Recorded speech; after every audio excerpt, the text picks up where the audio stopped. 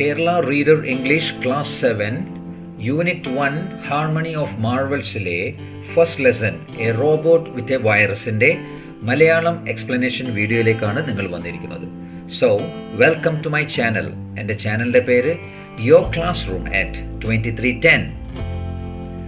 Let's read the story of a boy and a robot. നമുക്ക് ഒരു റോബോട്ടിൻ്റെയും ഒരു ആൺകുട്ടിയുടെയും കഥ വായിക്കാം. A robot with a virus, അതാണ് ഈ ലെസന്റെ തലക്കെട്ട്.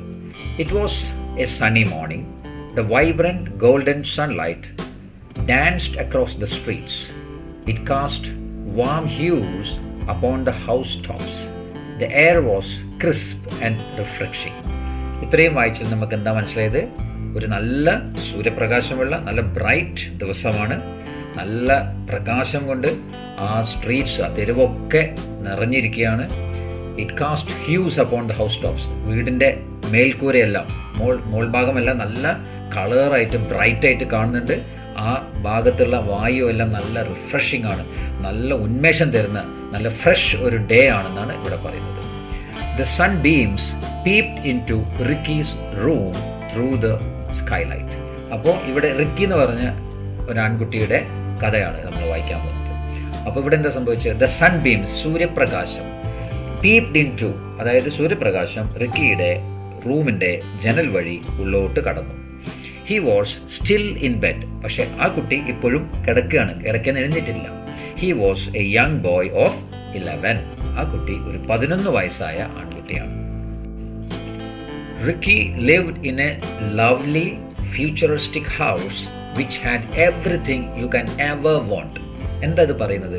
നിങ്ങൾക്ക് വേണ്ടുന്ന എല്ലാ കാര്യങ്ങളും അത്യാധുനികമായ, അതാണ് ഫ്യൂച്ചറിസ്റ്റിക് എന്ന് പറഞ്ഞാൽ. ഫ്യൂച്ചറിസ്റ്റിക് പറഞ്ഞാൽ ഓക്കെ, അത്യാധുനികമായ എല്ലാ കാര്യങ്ങളും ഉള്ള നല്ലൊരു വീട്ടിലാണ് ഈ റിക്കി താമസിക്കുന്നത്. But he was slovenly in his habits. Slovenly എന്ന് പറഞ്ഞാൽ അലസത.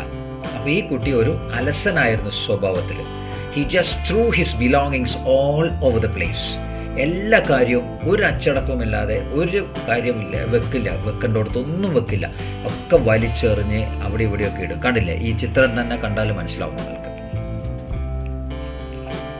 His mother had to collect his belongings from all corners of the house. അപ്പം ഇവൻ്റെ അമ്മയ്ക്കാണ് ഇവൻ വലിച്ചെറിയുന്ന അല്ലെങ്കിൽ ഇവൻ അടക്കി വെക്കാത്ത സാധനങ്ങളൊക്കെ കളക്ട് ചെയ്തിട്ട് അതത് സ്ഥലത്ത് വെക്കുക.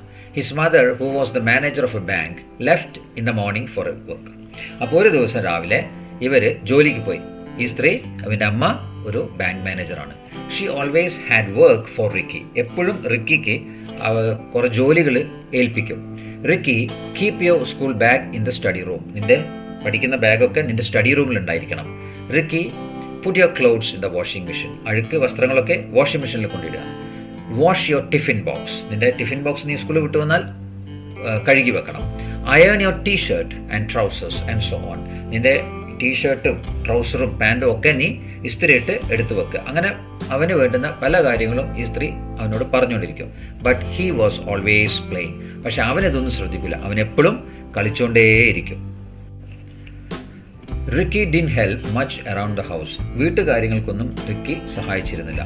But he was as excited as his parents when they bought the latest model of a butler robot. ഒരു ദിവസം അവൻ്റെ പാരൻസ് ഒരു ബട്ട്ലർ റോബോട്ട്, അതായത് പാചകം ചെയ്യുന്ന യന്ത്രമനുഷ്യനെ വാങ്ങിച്ചു. അപ്പം പാരൻസ് വളരെ എക്സൈറ്റഡ് ആയിരുന്നു, ആവേശത്തിലായിരുന്നു. അതുപോലെ തന്നെ റിക്കിയും വളരെ ആവേശത്തിലായിരുന്നു. As soon as it arrived, off it went cooking, cleaning and ironing.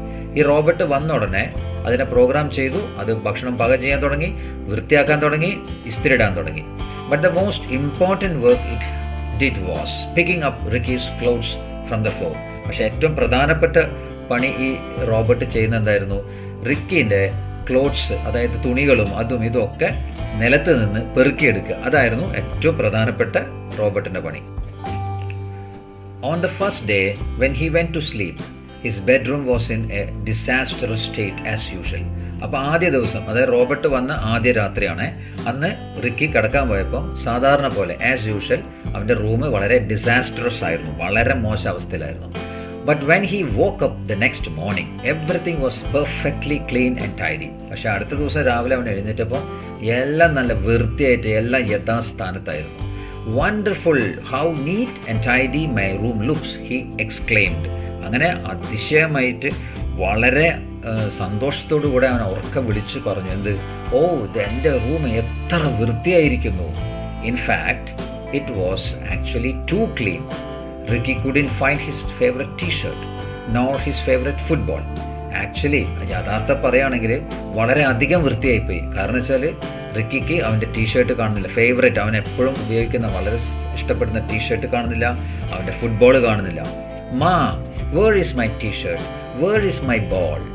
He pestered his mother. അപ്പോൾ അമ്മേൻ്റെ അടുത്ത് പോയിട്ട്, "അമ്മ, എൻ്റെ ടീഷർട്ട് കാണുന്നില്ല, എവിടെ പോയി? എൻ്റെ ബോൾ കാണുന്നില്ല, എവിടെയാണ് നിങ്ങൾ എടുത്ത് വെച്ച്?" എന്ന് പറഞ്ഞിട്ട് അമ്മനെ വളരെ ബുദ്ധിമുട്ടിച്ചു. പെസ്റ്റേർഡ് എന്ന് പറഞ്ഞാൽ ബുദ്ധിമുട്ടിക്കുക. He could not find his things even after he searched up and down. വീട്ടിൽ അങ്ങോളം ഇങ്ങോളം എല്ലാ സ്ഥലത്തും തിരഞ്ഞു നോക്കി, പക്ഷെ ഇവൻ്റെ ആ ഫേവററ്റ് ടീഷർട്ട്, ഇവൻ്റെ ഫുട്ബോൾ ഒന്നും കാണാനില്ല.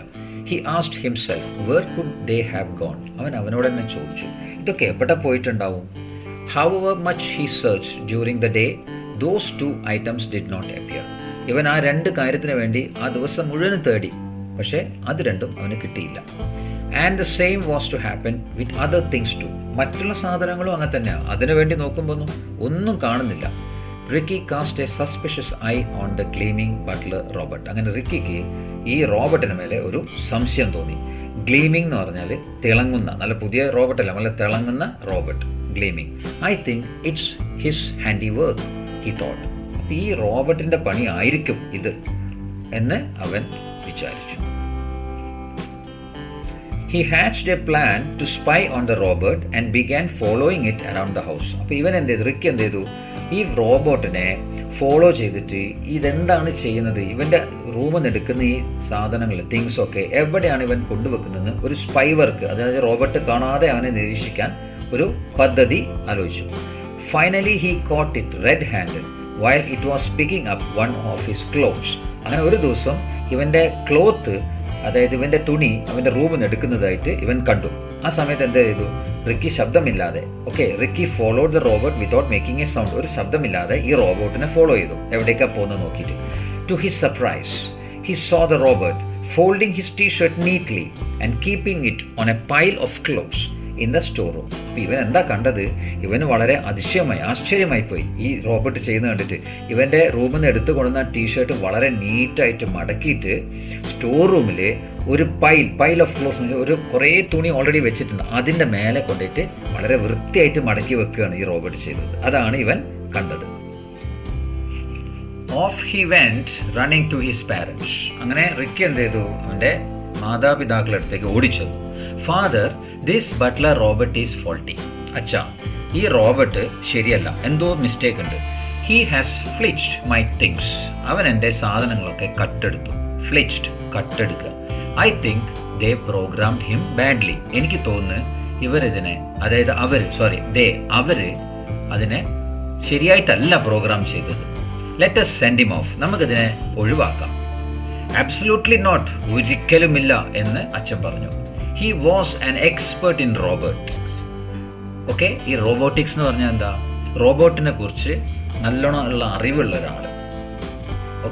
അതിനെ എങ്ങനെ ഉണ്ടാക്കുന്നു, അതിനെ പ്രോഗ്രാം എങ്ങനെ ചെയ്യുന്നു, അതിൻ്റെ പ്രവർത്തനങ്ങൾ എന്തൊക്കെയാണ്, അതൊക്കെ നല്ലോണം അറിയുന്ന ഒരാളായിരുന്നു റിക്കിൻ്റെ അച്ഛൻ. "He had been delighted with the new butler. It was a dream come true." ഈ അച്ഛന് വളരെ സന്തോഷമായിരുന്നു ഇതിനെ കൊണ്ടുവരുന്നതിൽ. മാത്രമല്ല, it was a dream come true. അവർ കുറേ കാലം ആയിട്ട് ആഗ്രഹിച്ച ഒരു കാര്യം സാധ്യമാവുകയാണ്. ഡ്രീം കം ട്രൂ, സ്വപ്നം സാധ്യമാവുക, അങ്ങനെ ആയിരുന്നു അത്. ബട്ട് റിക്കി വാസ് ഒബ്സ്റ്റിനേറ്റ് എന്ന് പറഞ്ഞാൽ ദുർവാശിക്കാരൻ. അപ്പോൾ റിക്കി വളരെ ദുർവാശിയുള്ള ആളായിരുന്നു. "I want to get rid of him." അതെന്നെ അവനെ പറഞ്ഞുകൊണ്ടിരിക്കുക, എനിക്കിവനെ ഒഴിവാക്കണം, നിങ്ങൾ എന്ത് പറഞ്ഞാലും ശരി, എനിക്കിവനെ ഒഴിവാക്കണം. അങ്ങനെ heated argument between Ricky and his father followed. അപ്പോൾ അച്ഛനും മോനും തമ്മിൽ എന്തായി, ഒരു ചൂടേറിയ തർക്കത്തിലെത്തി. ഇതിന് ഒരാൾ പറയാ എനിക്ക് ഒഴിവാക്കണം, അച്ഛൻ പറയാ അത് പറ്റില്ല.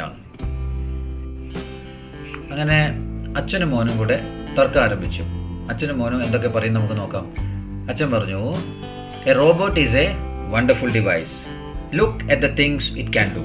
അപ്പോൾ അച്ഛൻ എന്താ പറഞ്ഞേ, റോബോട്ട് ഒരു അത്ഭുതകരമായ ഉപകരണം, വണ്ടർഫുൾ ഡിവൈസ്, അത്ഭുതകരമായ ഉപകരണമാണ്. Look at the things it can do. നീ ഒന്ന് നോക്ക് ആ റോബോട്ട് എന്തൊക്കെ കാര്യങ്ങളാണ് ചെയ്യാൻ പറ്റുന്നത്. അപ്പോൾ റിക്കി പറഞ്ഞു, ഐ ഡോണ്ട് തിങ്ക് സോ. എനിക്ക് അങ്ങനെയൊന്നും തോന്നുന്നില്ല. He is doing more Ham then good. ആ റോബോട്ടെ ഗുണം ചെയ്യുന്നതിനെക്കാട്ടും കൂടുതൽ ദോഷമാണ് ചെയ്യുന്നത്. അപ്പോൾ അച്ഛൻ എന്ത് പറഞ്ഞു? You are wrong Ricky. നീ പറയുന്നത് ശരിയല്ല, നീ തെറ്റാണ്. You don't understand how A robot works. നിനക്ക് ഒരു റോബോട്ട് എങ്ങനെയൊക്കെയാണ് പ്രവർത്തിക്കുന്നതെന്ന് നിനക്ക് അറിയില്ല, നിനക്കത് മനസ്സിലാവില്ല. അപ്പോൾ റിക്കി എന്ത് പറഞ്ഞു? I can't agree with you. എനിക്ക് നിങ്ങളായിട്ട് യോജിക്കാൻ പറ്റില്ല. A robot will be a big problem if it is not properly programmed. അപ്പോൾ റിക്കി പറഞ്ഞു, ഒരു റോബോട്ട് ശരിയായി പ്രോഗ്രാം ചെയ്തിട്ടില്ല എന്നുണ്ടെങ്കിൽ അത് എപ്പോഴും ഒരു പ്രശ്നമായിരിക്കും. Ricky kept on complaining to his parents about the robot hiding things. അങ്ങനെ റിക്കി സ്ഥിരമായിട്ട് ഇങ്ങനെ മാതാപിതാക്കളോട് പരാതി പറഞ്ഞുകൊണ്ടിരുന്നു. പരാതി പറഞ്ഞുകൊണ്ടിരിക്കുക. എന്ത് പറയുന്നത്? ഈ റോബോട്ട് എൻ്റെ എല്ലാ സാധനങ്ങളും കൊണ്ട് ഒളിപ്പിച്ചു വെക്കുന്നത്.